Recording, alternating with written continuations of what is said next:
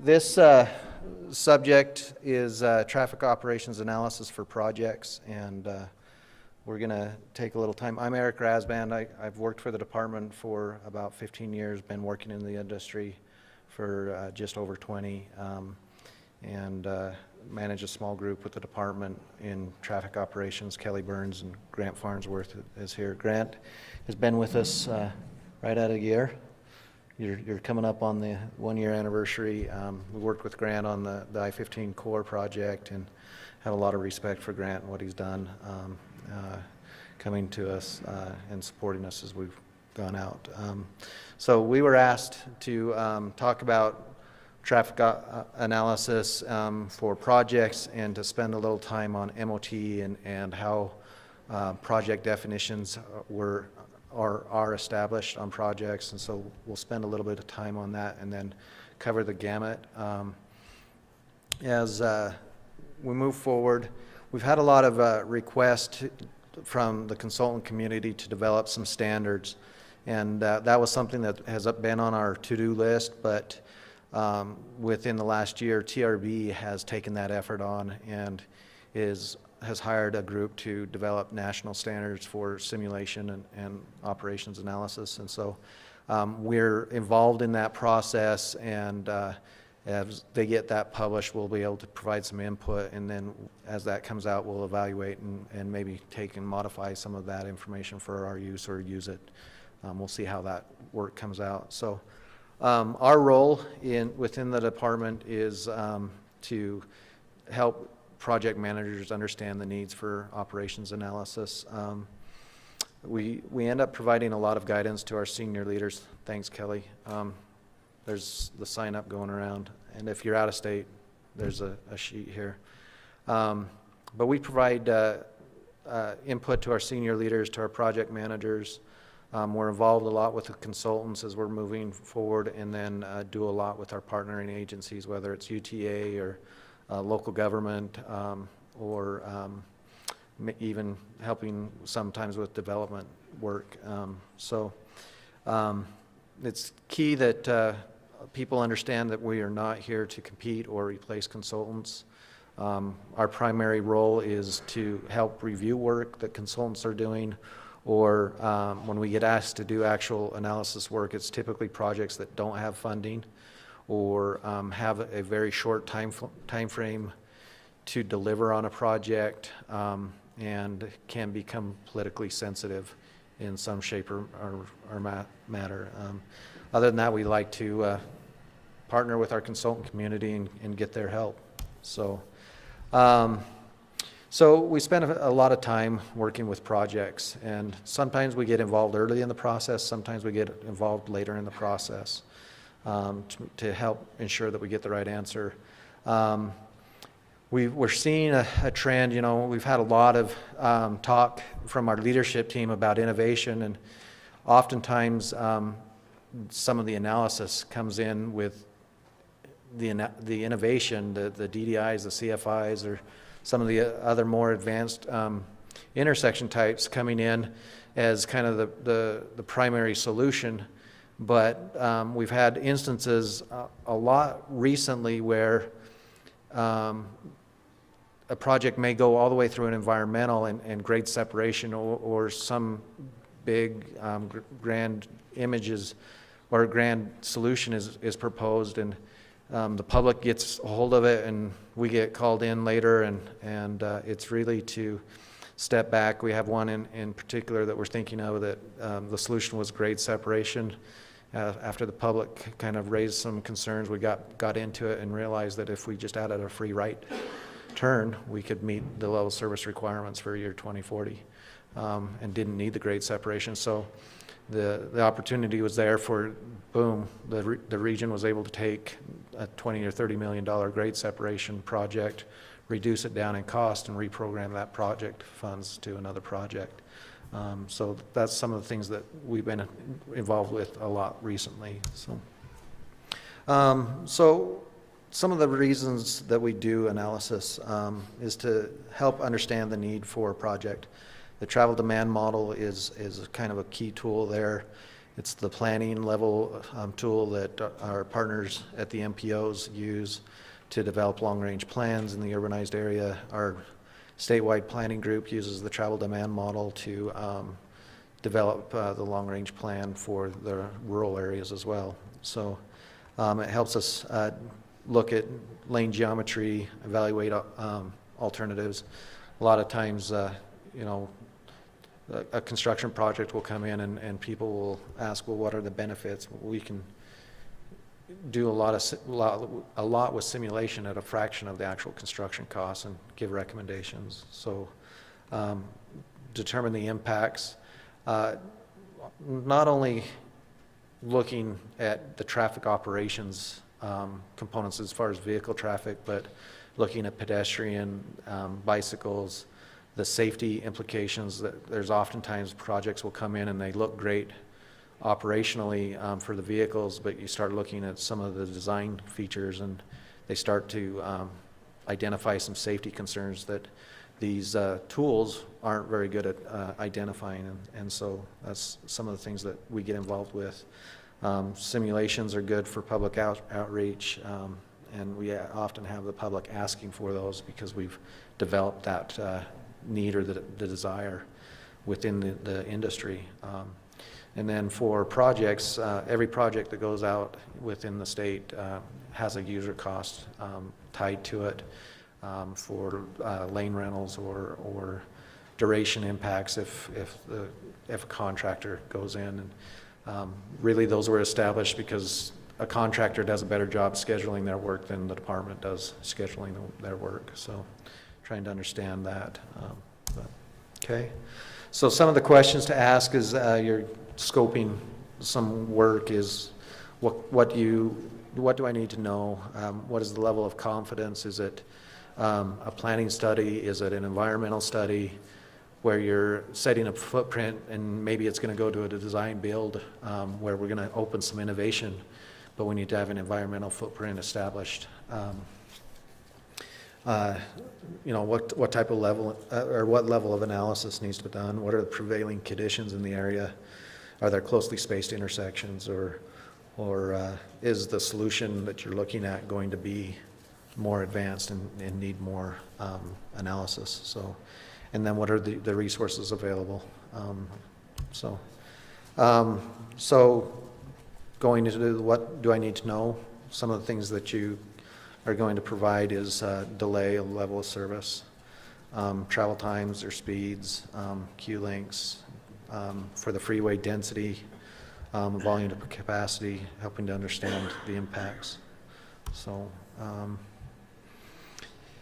each study requires a different level of confidence, and again, talking through planning level is really just looking at concepts, and as we move into environmental, what is the footprint needed?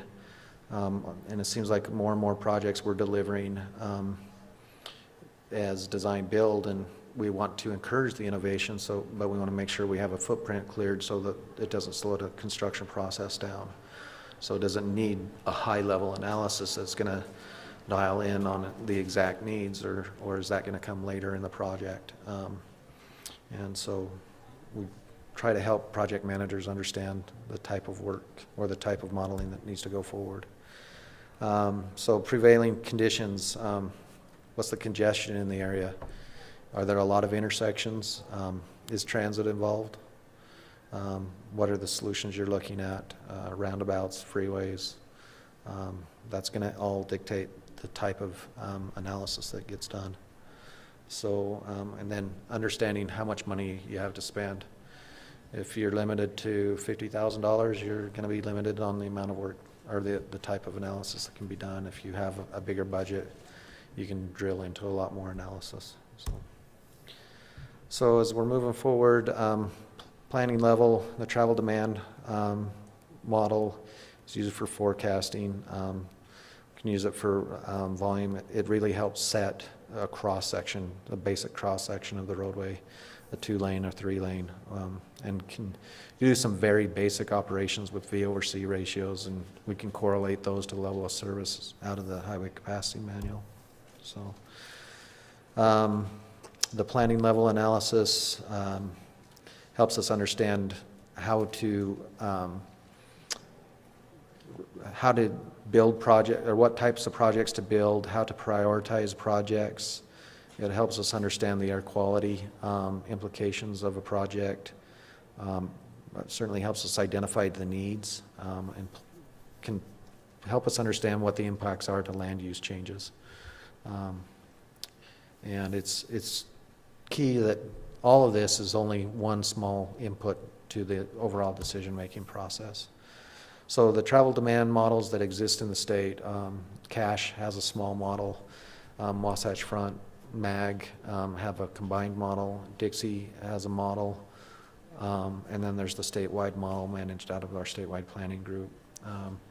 And certainly spreadsheets help us understand areas, and spreadsheets are becoming kind of the old method because we now have these statewide models and the urban models that help us understand more the implications associated with land use. But spreadsheets have been very powerful tools for us to understand historical trends and what we would expect to see in a lot of the rural areas of the state. So different types of analysis, deterministic and stochastic.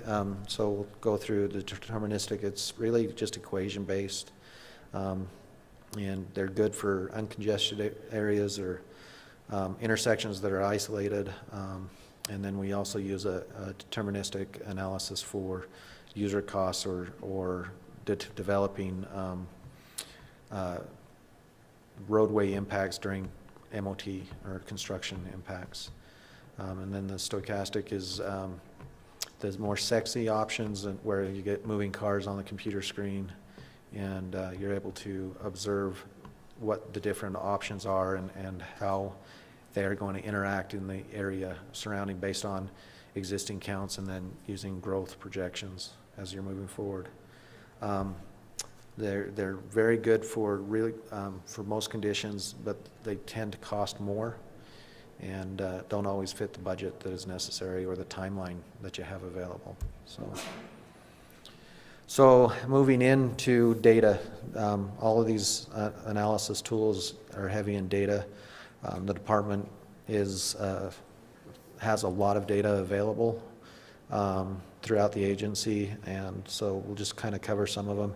We have the signal performance metrics. Mark Taylor and his group had a session this morning talking through the performance metrics website. That there's tools there that give you green times, force softmax times, how the signal's functioning, as well as turning movement counts and arrival counts. So those are automated. The study identified that those turning movement counts are much more accurate than we originally thought, and the approach volumes are kind of in line with what we thought. They're about 20%, 15 to 20% off the approach volumes, but the turning movement, because of the technology used, have higher levels of confidence. And then our systems planning group does a lot with the automatic traffic recorders. There's over 300 of those around the state, and they publish the traffic on Utah highways. If there's a count station in the area that you're doing analysis, you can pull hourly data by month throughout the year, and that's really good to help understand seasonal variations and what's going on based on the analysis and the time frame that you're doing with your data collection. We've in the freeway world, we have two tools that are available. PIMS is a software, web-based software that we've used since 2008, and it does a great job of collecting data and statistically adjusting data where there's holes, but it requires a password, login and password. It's easy to get. If you don't have one, you just go into the website and pull or submit a request for a password, and we'll get it and turn around and approve it 9 times out of 10. It's a powerful tool, does a lot of data analysis within the software, and can help us in user cost development as well, and lane configurations. And then there's been a desire to go into provide more information without the password, make our data more transparent. So Kelly and Grant have been very busy developing our freeway performance metrics website. We currently have 2 metrics available on that site, which are travel times. The travel time is consistent with the travel time messages that we see on our VMS boards. So they're fixed point, origin, and destination travel times, but you can query the data based on time of day and day of the week and historically.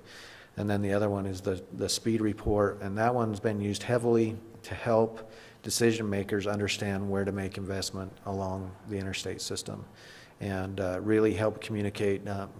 Everybody remembers the bad travel times, and you know, as you're commuting, you remember the really bad travel experiences, but the average or the good experiences are hard to picture, and this tool has been very valuable to communicate to our legislative partners that are helping to fund projects, and they were able to use it to say, yeah, your commute's bad, or yeah, your commute's maybe not as bad as you think it is, you just remember this bad day.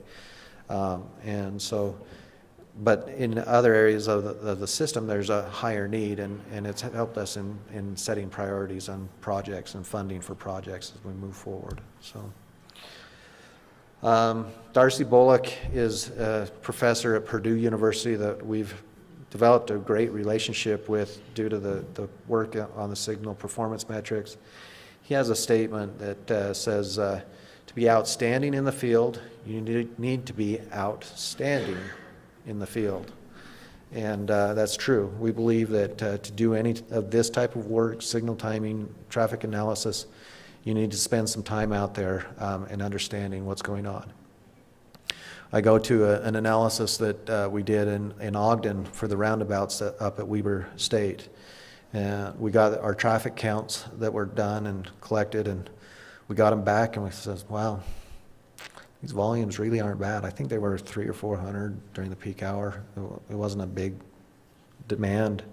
And but we had been visiting with the president of the school and several of her staff members, and they kept saying how bad it was, how bad it was. And we went out there one afternoon and at noontime, which was the peak travel condition in that area, and we set up and we sat there and watched the cars and watched the flow, and it was pretty light, kind of consistent with what we expected, and we're like, okay, consistent. And 30 minutes into it, we thought, well, there's no reason for us to stick around here much longer, and started the car up, put it in reverse, backed halfway out of our parking stall, and boom, class got out, the flood hit, and we could see, pulled back into our parking stall and watched for another 15 minutes, and the peak hour factor on that was 0.3, so 70% of the traffic was arriving in that peak 15-minute window, and we wouldn't have understood that without going out to the site. And so, you know, that's just one story of why it's necessary to get out to the site and look at things. So some of the counts, you know, we've talked through the counts, but if you need timing plans where the department can help you get that information if necessary, just let us know. And then some of the other data collection information that we've used for analysis, travel time studies using GPS to collect floating time. We used to have an individual that was their sole role was to collect travel times. He retired, and that position got reallocated, and so if you need to do some high-level analysis, those travel times will help calibrate the models and help understand lane utilization and queuing related issues. So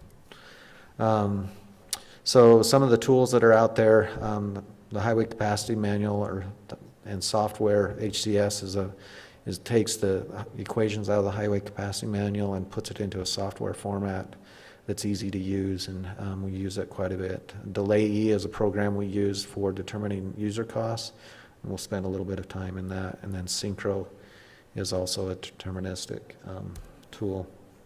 So Delay Enhanced, it's a spreadsheet that was developed by Martin Knopp when he was with the department.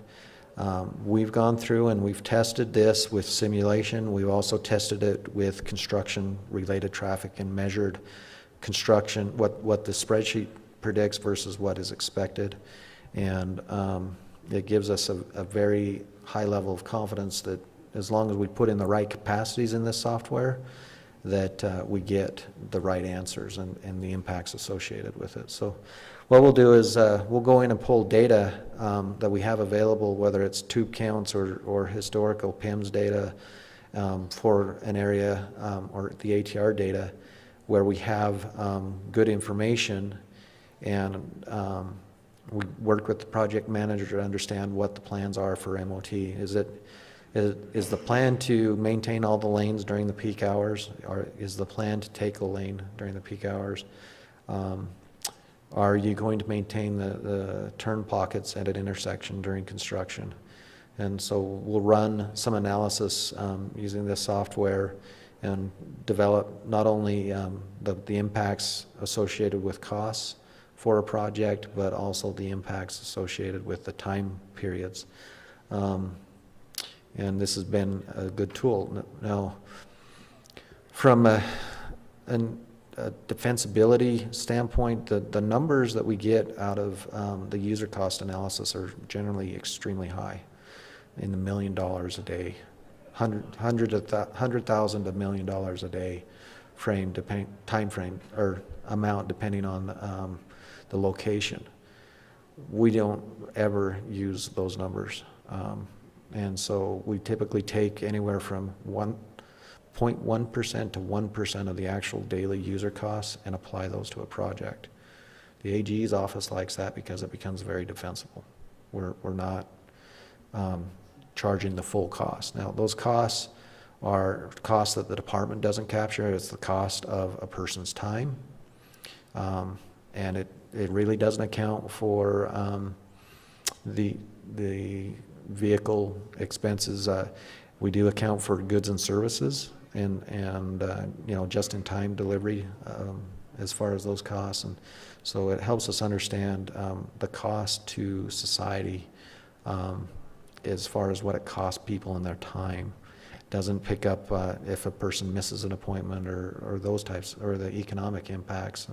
That would just add to the user cost, but it becomes a pretty easy number for us to defend if we ever have to get to that point, which we usually don't.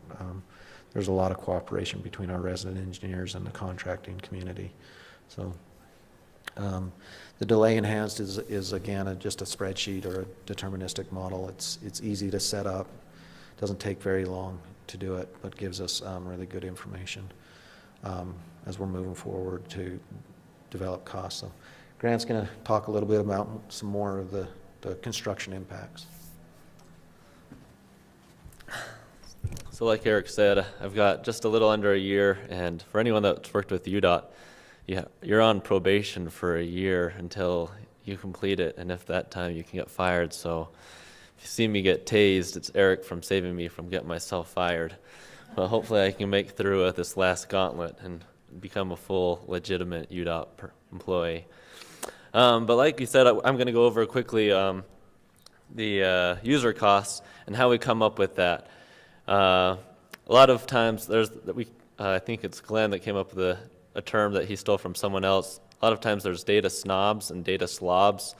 Or data slob, they get a lot of data, they don't really care about the quality, and they just take it in as it comes in. And a data snob is someone that really wants to justify and say, okay, you gave me this, is this really what's going on out there? And I think we're turning more and more into data snobs, especially with the user cost and managed motorways where we have to have high precisions. And with user costs, we spend a lot of time getting good data, as good of data as we can get, because the old phrase, garbage in, garbage out, definitely applies here. So a lot of when we're doing user costs, a lot of the time spent is just gathering data, getting as much information as we can, as close to the segments that's being studied, and making decisions that are based on that data. Sometimes we have to extrapolate from nearby counters, or we have to look at how far back traffic study has been done in that area. Maybe it's been a couple of years or 5 years since the traffic study has been done. But that's the extrapolations are becoming less and less, a lot, like you said, with the data that's being available due to traffic signal performance metrics. We're also able to get on the videos remotely and be able to get a quick 15-minute count, make sure that that kind of matches up with the performance metrics, or see if we need to make a few adjustments. And so that's been a really valuable. So just kind of go over some of the steps that we come up with, the user cost or MOT. A lot of times they'll also ask us for a lane closure schedule, and this is deterministic or determined based on what the information they want from us. Sometimes they come and say, hey, we just want to know we don't want to have any impacts on the road. What times can we work? Or we can have, we'll tell them how much impact it will be if they work all day, and they'll say, okay, let's reduce that. So it kind of is a back and forth of what limits they need and what they're willing to deal with. We can also give ways to say, hey, we can increase the signal timing. If you had someone on your staff that was watching that while you're doing this project, you'd probably be able to increase the capacity and decrease the delay. We can get some detouring also that can reduce the delay. So we kind of do some sensitivity analysis in the user's cost in that sense. So to start off with, it says freeway and arterial. So the arterials, you have varying capacities at the kind of in the intersection segment and in between the intersections. We'll talk about that in a little bit. And rural freeways, a lot of times it's just a 2-lane road, so those can come into flagging operations, which are kind of their own animals. Sometimes you have to close, you still have 2 or 3 lanes open. Sometimes you're only closing a shoulder. How close the work is done to the actual closure itself can affect how much the capacity is going to be. And then when we're getting this count data, if it's varying over the days of the week, 1 month it's really low and the next month it's really high, you want to be a little bit more conservative there if you're not really sure when you're going to be doing the construction. So we err on the side of conservatism and making sure that they're not going to have a queue when you don't want it. And like Eric was saying, we have these values of time. That's taken from the Texas Transportation Institute's mobility report. They came out with that, an update in 2015. And just an FYI, it was about $17 for a passenger car and $94, I think, for a commercial truck. So it's about 6 times the impact on commercial truck vehicles, which makes sense, kind of what you'd expect. And also kind of keep in mind, when you're in these urban areas, you might not have a whole lot of vehicles, but you might have a lot of trucks, so that's where a lot of your delay costs also come from. That can also impact your usually costs because you have to convert your trucks. They have a greater impact on the capacities as you convert them into passenger car equivalents with the grades, especially in the urban areas where you have such a high percentage of trucks. You have steep grades over short sections. That can impact on how much your capacity is. So here we have kind of things that we worry about when we're looking at the user cost of the storage area. This is why we kind of separate out the intersections from the segments in between the intersections. If you don't have enough storage, your left turns can back up into the through lanes, and then basically at the intersection, you're only serving 1 lane when there's 2 lanes there. So that's something that we want to make sure that we have enough storage length there and give ample room so that it can perform optimally. I mean, for a construction zone, we know construction zone there's going to be delay, but enough so that doesn't continue perpetuating. The second area is when you have construction zones or barrels that end, but they are really close enough to the intersection that people don't use them. This person right here, he could or she could move to the front, but they don't because they think, well, I'm just going to make the signal. Maybe it tapers back up here, so there's no point in merging. Where this person's wishing that they could just go up and move. So we see that effect just in recent projects where if you open this up, it may not be used depending on how early or late those barrels are put in there. So that's kind of the thinking with some of the space around the intersections that we give it. Also flagging operations. So this, like I was talking about the grade and truck percentage, you can just, a lot of you guys know from on the freeway when you follow a truck and it has to start up, it just takes forever, or when you're on a ramp meter too, it takes a long time for a truck to start going.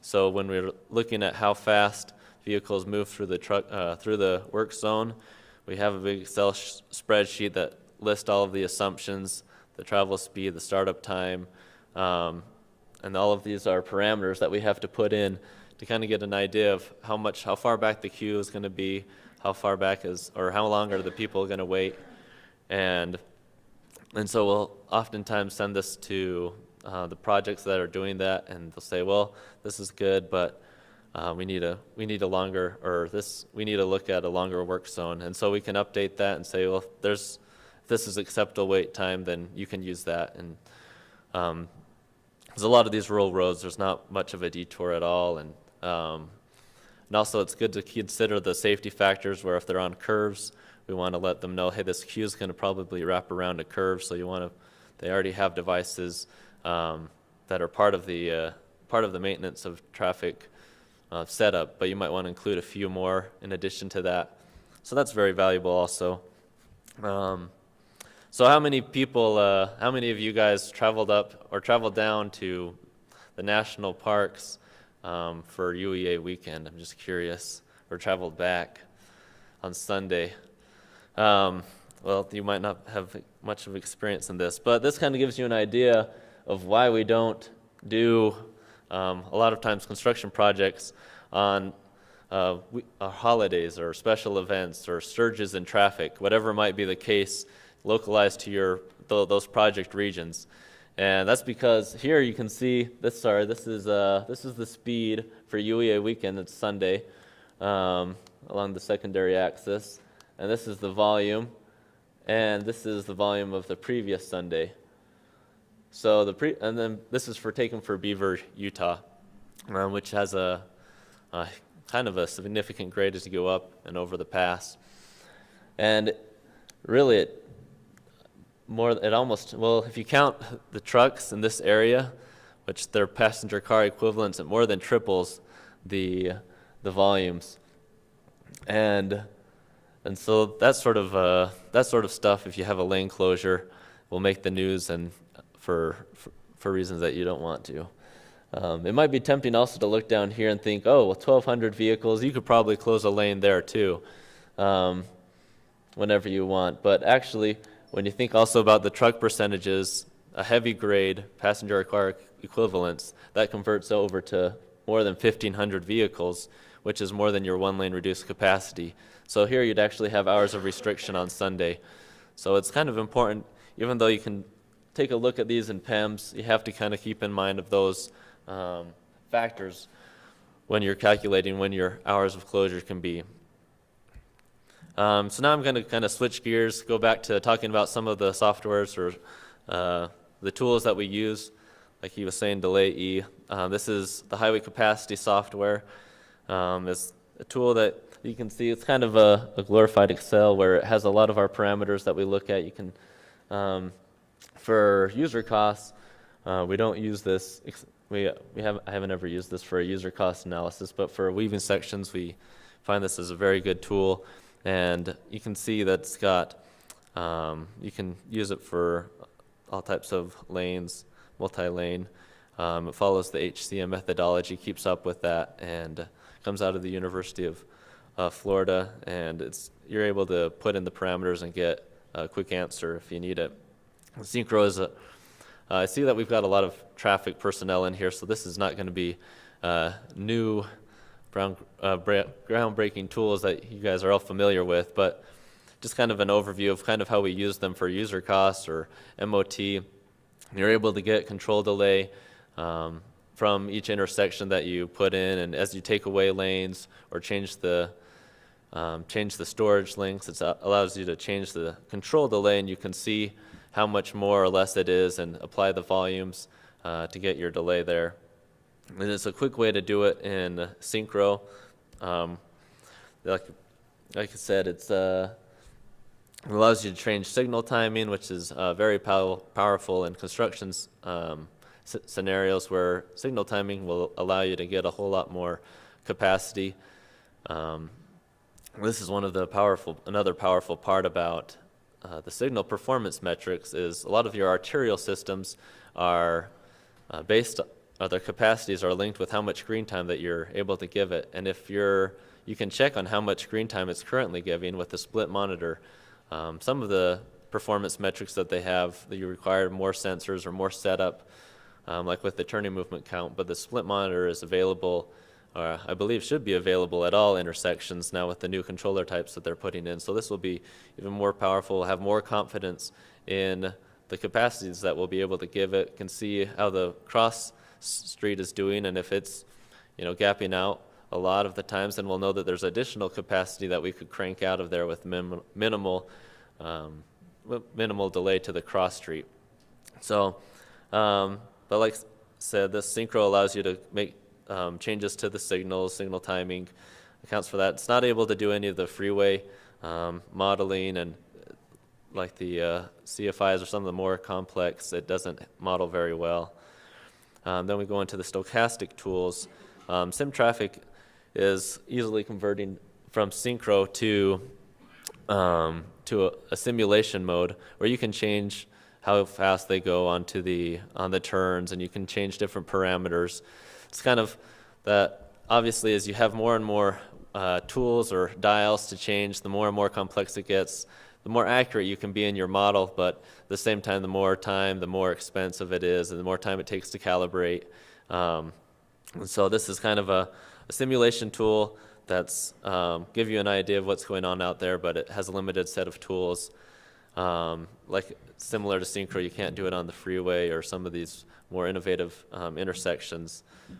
Where vSim is I kind of put the two pictures of vSim up here because a lot of times we show the 3D cool stuff when really we're actually looking at I was told the Mike and Ike version of vSim, where you have all these little dots going around, which is still a really effective way to see what's going on with traffic without being distracted by all the 3D scenery and buildings that are out there. So vSim's really powerful just because of the amount of dials that you have on there. You're able to calibrate, able to do a lot of different scenarios, and be able to account for driver behavior, unique traffic characteristics.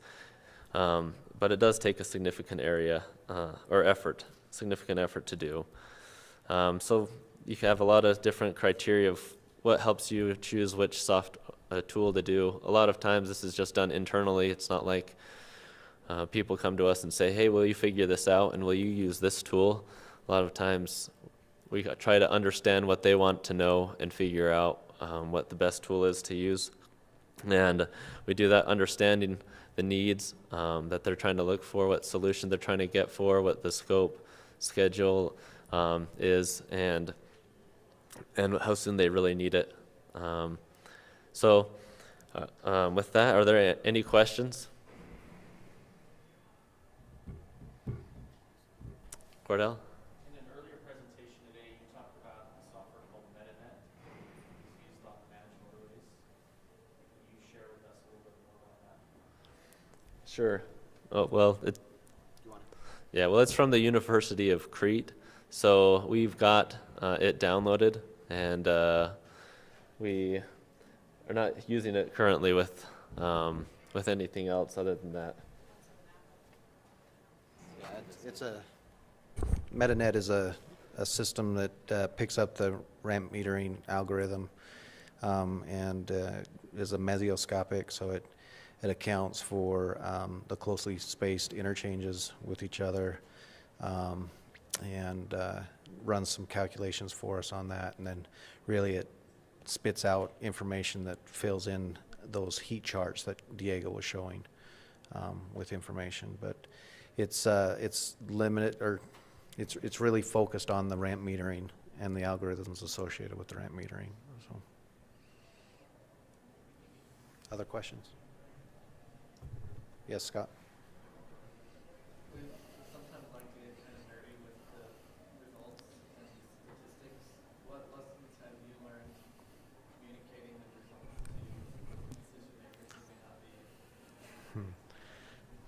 the question is, how do you take the technical data from simulation models and communicate it to decision makers? I think that the tools that I've found the most useful are color-coded maps, red, yellows, and greens. So make it simple for them to understand and read. You're right, it depends on the audience as you're moving forward. But do you want to?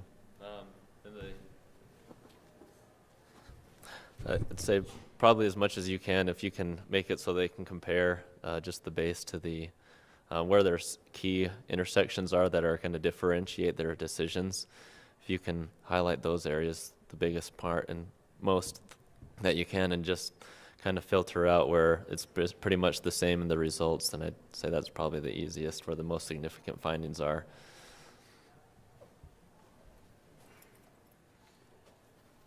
I'll just add one more component to that. Spreadsheets make a lot of sense to me. So I can look at a graph or a chart that has all of the components, and it's very good, easy to compare alternative to alternative, but we found that the stick figures like you've done in the past, or some of these other color coding issues they've been the most powerful tools in communicating to the non-technical staff. So, all right. Any other questions? All right. Thank you for your time.